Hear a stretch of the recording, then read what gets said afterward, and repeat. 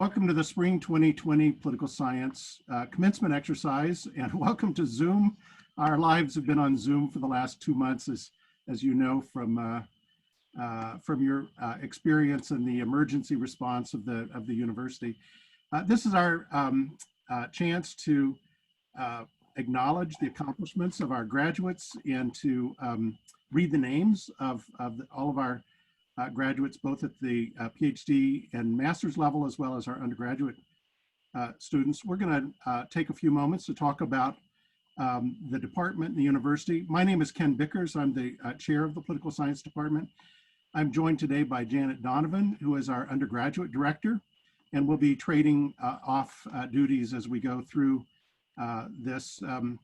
I'm sorry that we're not all together. Commencement is always one of the most fun activities of our year. It's not only to see all of the students gathered together and see their faces maybe for the first time for a year or two since we've had them in class, but also to meet the parents, the grandparents, aunts and uncles. It's fun to be part of the larger family of the students that we've been spending some years with, excuse me, in our classroom. So I'm sorry that that's not going to happen right now for the spring 2020 graduates. We are inviting all of the 2020 graduates to come back in December or in May, whichever works more easily for the families and for the new graduates, to be part of the in-person commencement celebrations at those two points in time. We're going to do something special for the spring 2020 graduates. We don't know yet what. We're very much hopeful that we will have in-person commencement exercises in December and May of this next upcoming year. But we do want to meet you all in person. We want to congratulate you in person. We want to shake your hands and not just bump elbows with one another. So we do look forward to that kind of an opportunity. I do want to talk a little bit before we start reading names about some bigger changes that have taken place at the university and particularly in the political science department over the time that you have been with us. All the attention has been on the emergency response, moving classes from in-person to remote and online and so forth, and all of that was done. It was amazing. Political science, we moved well over 100 classes from in-person to online and remote, and that was a huge undertaking. Some of it went smoothly, some of it did not. We're still learning a lot about these, how to do this on a large scale. But I wanted to back away from that for just a few moments and talk about some of the bigger picture things that have happened over the last few years. One at the university level that may have had a pretty important impact on you, and you may not have actually realized that it was happening. The university changed the core curriculum requirements during the time that you've been here and radically simplified the core curriculum. And one of the really cool things that emerged from that, and it was one of the intended goals, was to make it easier for our undergraduate students to do certificates that are cross-disciplinary kinds of programs, to minor in other majors in other departments, to get double majors. And a lot of you have certificates and minors and majors. And that actually, you may not realize it, but that's actually a fairly new thing at CU. It was much more difficult to do those kinds of things under the old core curriculum that was changed during the time that you've been here. And so that's had a really, I think, positive effect on the programs, not just for you, but for students that are following in your footsteps. In the department, there are a couple of notable changes that I think have improved the quality of your education and promise to do that for students moving into the future. One of those is that we've really upped our game in terms of methodological training. All of you were required to take a lower level research methods course, 2075. Some of you have good memories of that. I'm sure some of you don't.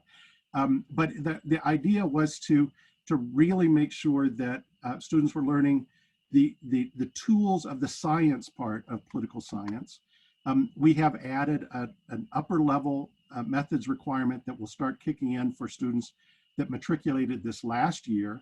And so that will be a second methodological training class. It's a menu of choices about how students can do that. But part of what we're trying to do is to up our students' game in terms of their statistical skills, their research design skills, their methodological ways of asking questions, and the ability to bring these tools to bear on important societal kinds of issues and problems. The other big exciting thing that we've done is to formally adopt a philosophy of learning by doing, which is the idea of experiential learning. And we are encouraging with lots of different, in lots of different kinds of ways, faculty to embed experiential learning into more and more of their classes. And this is something that many of you experienced, where you were doing research projects with original data, going out and collecting information, doing survey data analysis, maybe gathering polling results, writing longer, more critical papers. Experiential learning is the idea that we are involving you in the kinds of things that we do as professional political scientists. And I think that that's a tremendous kind of innovation. It's something that we did as a department. It's not a campus-wide initiative, though I hope at some point it gets adopted in a larger scale across the College of Arts and Sciences and the campus. But it's something that we're really very proud of. We're still working on it. We're still growing it out to more and more classes, still learning how to do experiential learning activities in different types of classes. And so this has been a challenge. It's also a wonderful opportunity, and it's energizing for those of us who've been teaching a while to approach classes in new and innovative kinds of ways and involve students in that research process. One of the nicest parts of that, I think, is to help students see that what we're doing is looking at institutions, government policies as hypotheses, and to really expand the idea of hypotheses as our best guesses for how things are going to work, and then to bring in a rigorous, systematic way evidence to look at those hypotheses, to see if they are confirmed in practice. One of the things I communicate to all of my students is that all policies in government institutions are institutions or policies. They are hypotheses that we test in practice. And so it's our job to learn to do that in a systematic way. That's part of the critical thinking that we are trying to instill across all of our classes and to bring to all of our students. That's been going on. We are committed to doing that moving into the future, whether it means next fall is hybrid, remote, online, in person. This is something that we're committed to doing regardless of these short-term disruptions, and it's one of the more exciting kinds of things that is happening in this political science department, which is a growing department. We have well over 1,000 majors. There are more than 180 of you who are graduating with undergraduate degrees this week, and we have lots of graduate students, 49 PhD students, several that have finished up this year, and we'll be reading their names as well. Let me turn back to Janet and give her the Zoom microphone for a few moments. Well, thank you, Ken. So for those of you who don't know me, my name is Janet Donavan, and I'm here because I'm the Director of Undergraduate Studies.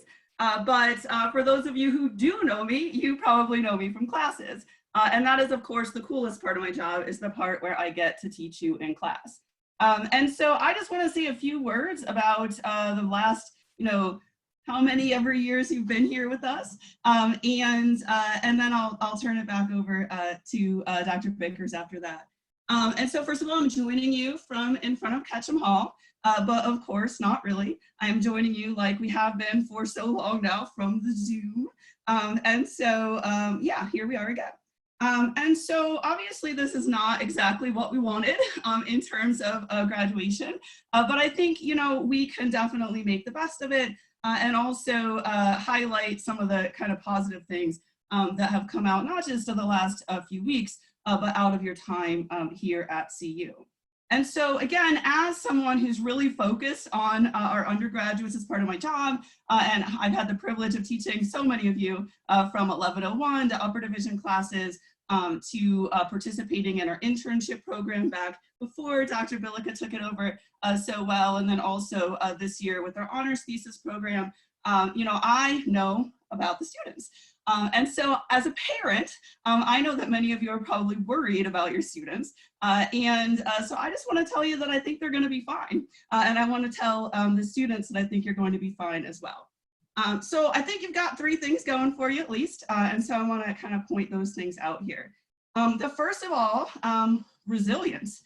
And so clearly that has been tested in the last few weeks here.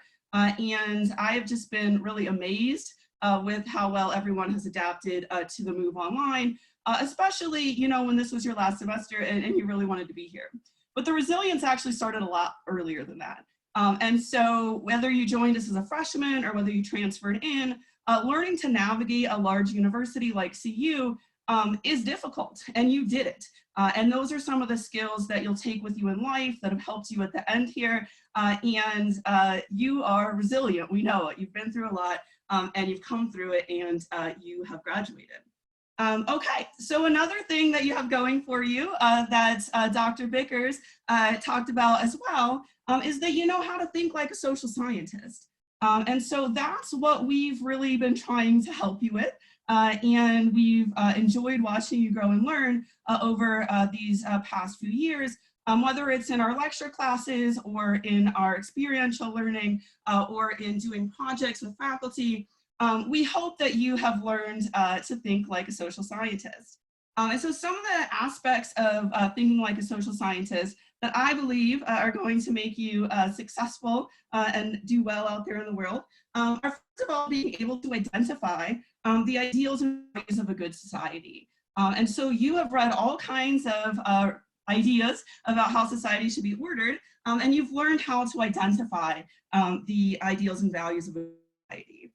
You've also learned to understand the political systems and the political behavior in both the United States and around the world. And so you actually know why some of these things are happening, right? You have an understanding of how people make decisions. You have an understanding of the way institutions are set up. And so you have this understanding of political systems and political behavior that are really important for understanding what's going on in the world today, right now. And so, you know, some of the things I'd like to ask you to do with this knowledge of thinking like a social scientist is I'd like you, and I hope, and I know that you will, go out there into the world and ask some questions. And so one of those would be, what are the good ideas, institutions, and values that we want to keep and strengthen? So you have the tools to do this. What is important for us to preserve, and how do we do that? Secondly, I hope you ask the question of what needs to change. And so after all of your studies here and applying that to the world out there, I think that many of us can probably see some things that we would like to change. And I hope that you have the tools to identify those. And then finally, I'd like you to use your ability to think of a social scientist in order to figure out what kind of information can help us make these decisions. And so being able to evaluate information, understanding how knowledge is produced, understanding how research is done, and figuring out how to decide which information is the information that we should use is a really important skill that you've learned as part of this thinking like a social scientist. So these are things that you have going for you going out into the world. And then finally, in terms of the things that you have going for you going out into the world, your bus, right? Your political science bus. And so you've got all of us behind you. You've got a community out there that spans the world of political science buffs that you can be a part of now.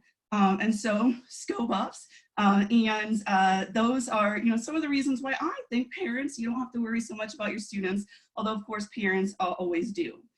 So just, you know, to wrap this little part up here, I just want to say congratulations again. I do so wish that I were able to meet families And I really do hope that some of you are able to come back and see us in person in either fall or spring of next year. And so I will turn it back over to Ken. Thanks. Thanks, Janet. Well, let me get started with reading names. And I want to start with one of the awards that political science uses to honor its most outstanding teachers. We have some fine teachers in the department, and so every year it's kind of a struggle to determine who should be the winner of the Teacher of the Year award. This is somebody who teaches well both inside the classroom, the walls of classrooms, but also outside the walls of classroom through mentoring and working with students on research projects, providing advising to students. And so it's really quite an honor to be named the Teacher of the Year. And this year's award goes to Michelle Ferguson, who you would see on the stage if there were a stage, if we were doing this, and we would all be applauding her gifts as a teacher and all of the work that she puts into it.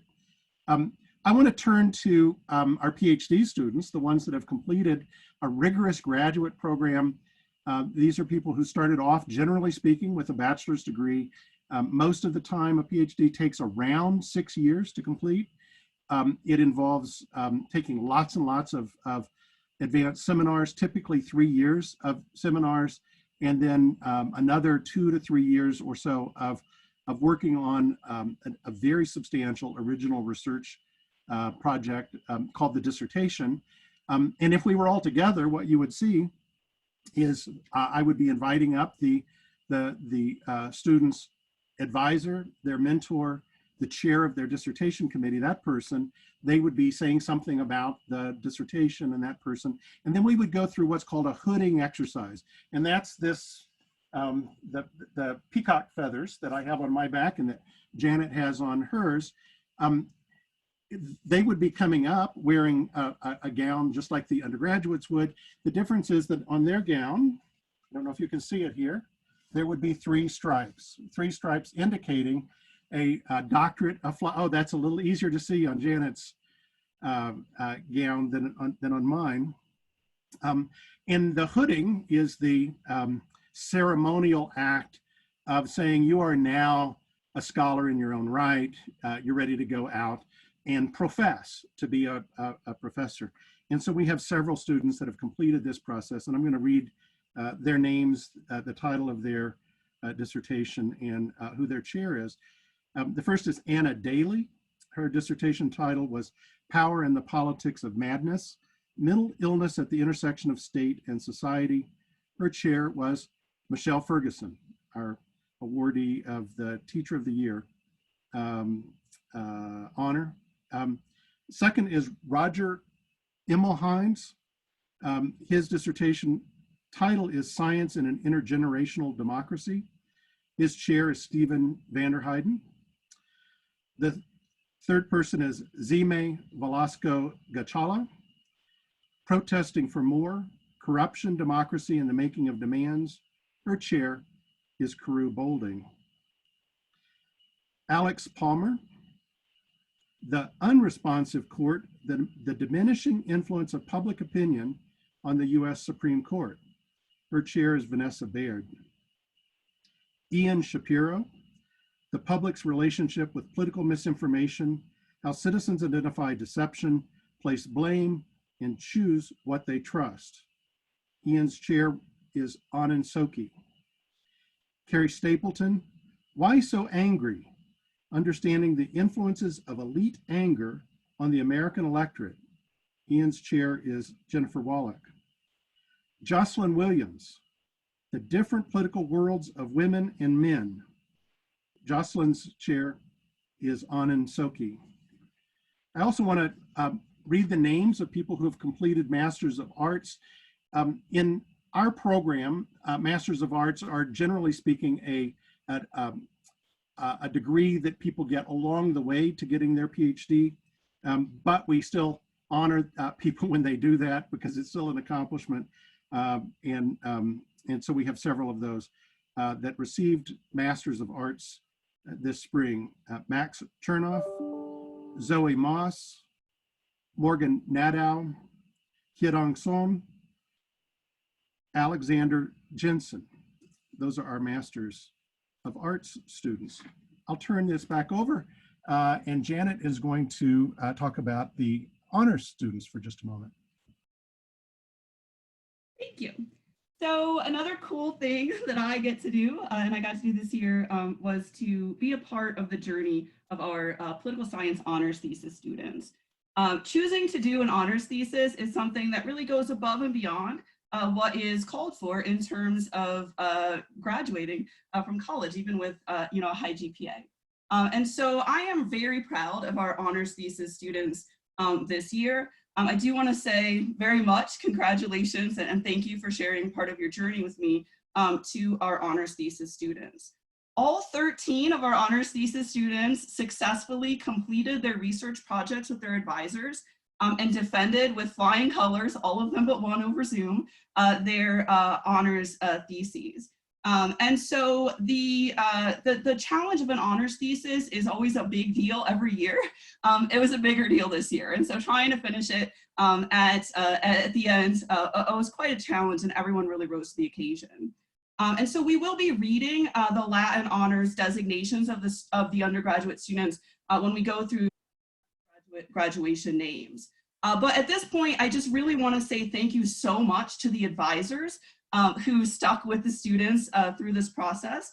Thank you to the parents, friends, and family members who supported our honors thesis students along their way. And again, thank you to the students. And so you created remarkable projects this year, and you did so in a really challenging time. So congratulations to our honors thesis Latin honors recipients. All right, I'm going to start reading the names. Janet and I will alternate. This is where we would be queuing you up. The staff and the advisors would be getting rows of students up, and they would be coming around to walk up across the stage, and they'd be receiving a diploma packet and shaking the hands of the person reading their names and so forth. And pictures would be taken, and there would be people jumping up and down. So you'll have to do that on your own in a virtual sort of way. We'll know that that's what's going on inside your hearts, is celebrating the accomplishments of the students. One of the things that we do in that process, and I just want to warn you in advance, is the students all write out on an index card in a phonetic spelling the pronunciation of their names. And I don't have that because I'm in my study and nobody's walking through. We're maintaining more than the 6 foot distance. And so I may mispronounce some names. Janet may mispronounce some names, and I'm sorry. I'll apologize in advance, but we are pleased to be able to read the names of all of the students. So I will start. Timian Alreyes, Alexis Altop, Zachary Allman, Ethan Anderson, Matthew Arman, Christy Avison, JC Baber, Blake Baker, Rachel Baldwin, Belen Barajas, Joseph Beckham, James Belts, Cole Berman, Bowman Bisharat, Sophia Bokhari, Sandre Bolam, Jacob Bradley, Christopher Bridges, Tyler Britton, Grace Brown, Zoe Byers, Alejandro Camargo, Andrew Carver, Matthew Choppett, Austin Crisp, Jacob Clark, magna cum laude, David Clark, Natasha Clark, Tanner Clayton, Todd Conklin Jr., Wyatt Coonan, Kevin Criley, Kane Daniel, Carson Demiraz, Jillian Dempsey, Jack DeWinter, Thalen DePaulo, Benjamin Dicker, William Dietz, Alwyn Doyle, summa cum laude, Noah Dreben, Isabel Desharska, Brian Ebinger.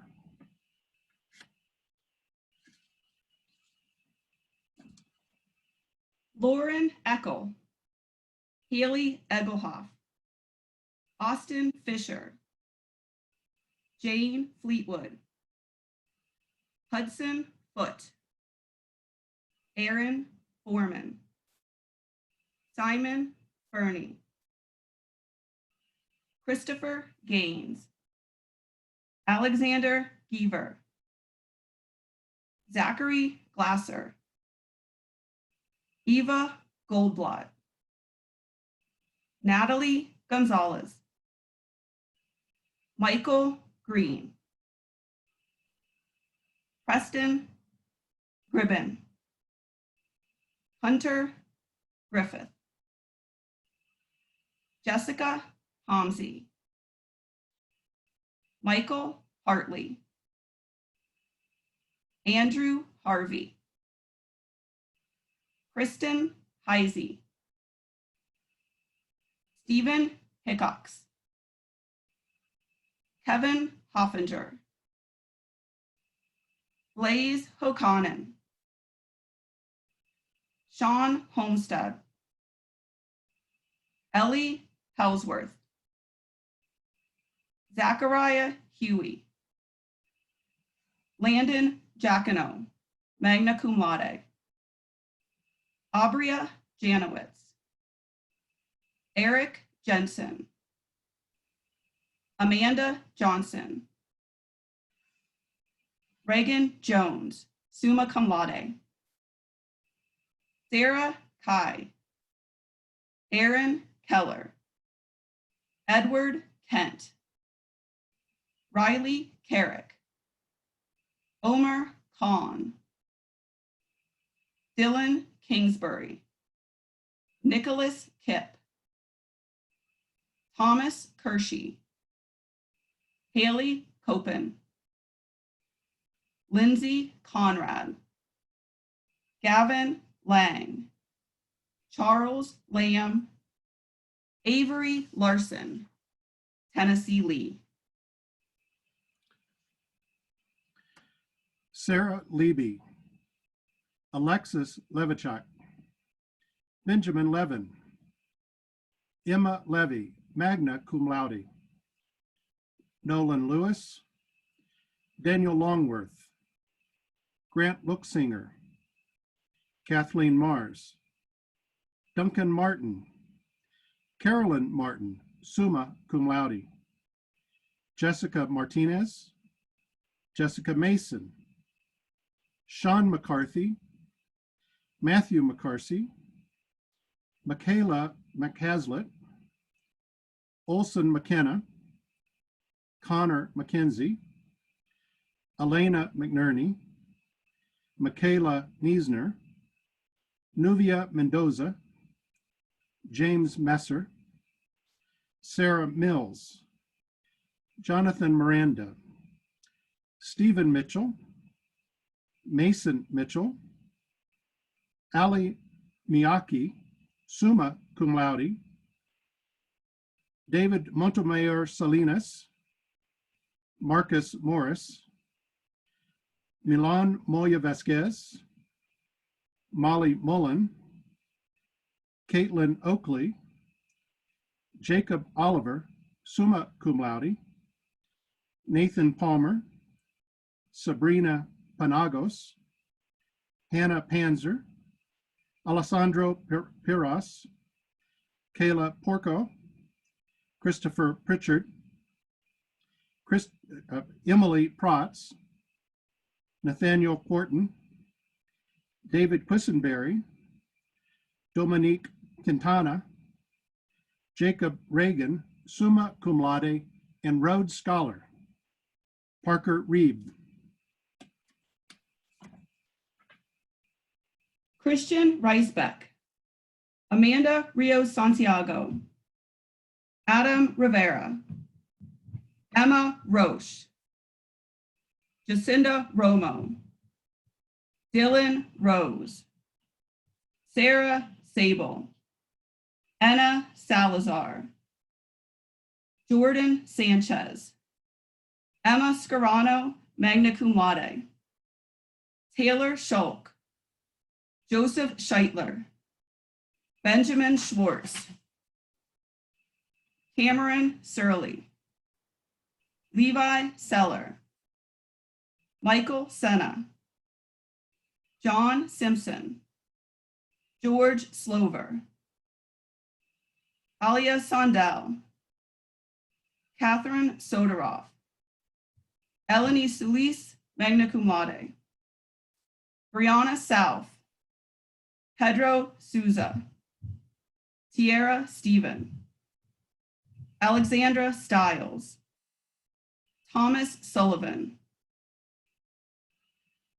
Austin Swanson, Hadley Swartz, Brittany Tanner, Alyssa Turtling, Ryan Terzich, Sion Tasafe, Nicholas Thomas, Justin Trop, Zachary Trussell, Benito Trujillo, Jaden Tuma, Jolie Tynes, Braden Bujfalassi, Anastasia Valadis, Hunter Vance, Hunter Vaughn, Matthias Von Zayer, Carly Weber, Jacob Weideman, Gabrielle West, Kyle Wickers, Jordan Wooden, and Ricardo Zorchi, summa cum laude. Congratulations to all of you. At this point, in a virtual sort of way, you'd be taking your tassel and moving it, well, actually in a real way. In a virtual way, you'll just have to pretend like I am, to move the tassel on your miter board from right over to left, signifying that you are now a holder of a Bachelor of Arts degree from the University of Colorado in the major, Department of Political Science. Congratulations to all of you. I'm not going to say much more. I will say this is in some ways really for the parents, the grandparents, the friends, and so forth. We're really sorry that we're not with you doing that. We would have a great big cake. You'd be enjoying that. I do want you to come in December or May. It'll be a fresh cake at that point. It's not one that was baked for this May. And you could have an opportunity to have that and to have your picture taken with faculty members that were part of your students' lives over the last several years. It's a wonderful thing to be graduated. I won't make any jokes about living in your parents' basements because you're already doing that. Now we want to see you get out of the basement and get those jobs and move on with your careers. We want you to stay in touch with us. The advancement team of the university no doubt will be in touch with you, but we want to hear how you're doing along the way and major milestones in your lives and so forth. We wish you well. We've enjoyed having you in our classes. We've enjoyed getting to know you. We've enjoyed getting to watch you grow up because there's a pretty big difference from when you were an 18-year-old in your first year to the way you are now. And that maturation process, it's been our pleasure, sometimes our great hope that it would happen even more quickly. We love having you. It's part of what gives us meaning as teachers and faculty members. We really do enjoy having you in our classes and getting to know you. And I'm sorry we're not doing that in a personal way, but we are delighted that we can do it in this virtual remote way, which is somehow fitting for the end of this very, very strange spring 2020. So thank you and congratulations.